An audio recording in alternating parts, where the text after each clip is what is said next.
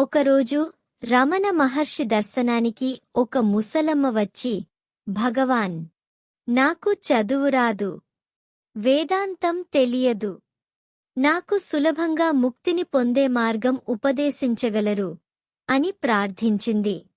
అందుకు మహర్షి, ఇంతకాలానికి నాకు ఏమీ రాదు, ఏమీ తెలియదు అన్నవారిని నిన్నే చూశాను.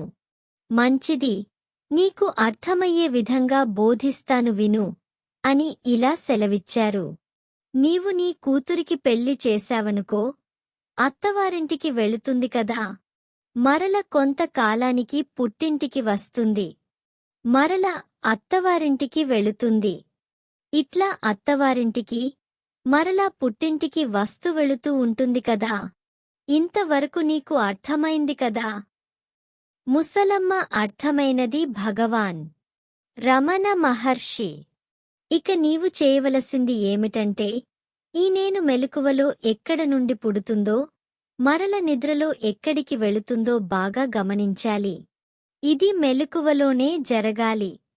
అలా పరిశీలించగా నిద్రలోంచి బయటకు వచ్చే నేను, అది సృష్టించిన ప్రపంచం మాయమైపోతుంది. తానుగా మిగులుతావు. సత్యమిదే. ఇక ముసలమ్మ ఆనందంతో, అర్థమైంది భగవాన్ అని సాష్టాంగ నమస్కారం చేసి వెళ్ళిపోయింది. మరలా తిరిగ రాలేదు.